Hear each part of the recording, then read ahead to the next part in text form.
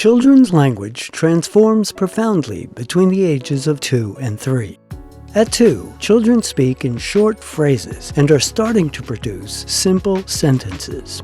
At 3, they have begun producing sentences composed of multiple clauses using a variety of multi-clausal types. There's a T-Rex in my bed who bites me. Who bites me is a relative clause, the most complex of all multi-clausal types. A relative clause modifies a noun. It links a noun in a higher matrix clause to a background event or state, thereby identifying the referent of the noun with great precision.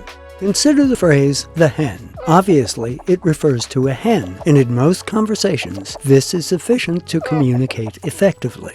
But what if there were several hens in the domain of discourse? The listener must search through the group to find the hen that correctly matches the speaker's intention. The phrase the hen is insufficient in this scenario. One could add a single word modifier to help guide the listener, such as the mother hen.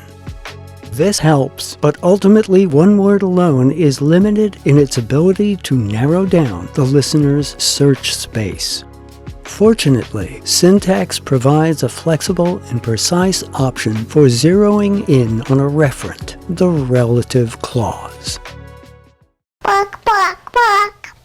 I'm the mother hen who's coming into the hospital.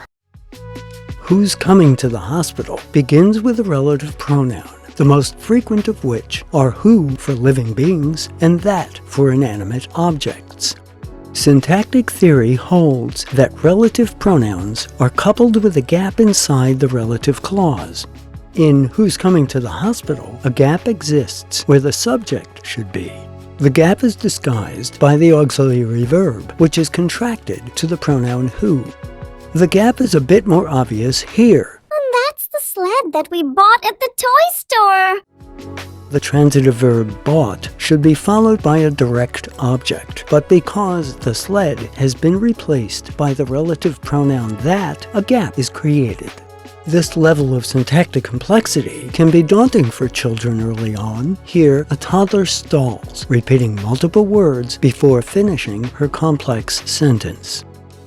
The snow sled. Snow sled? The sled that we bought at the toy store. Relative clauses are challenging for children at first, but typically developing children master them within a span of mere months. In so doing, they gain an incredibly powerful device for specifying the referent of a noun. Along with the other complex sentence types, they contribute to a qualitative shift in children's ability to communicate effectively with language.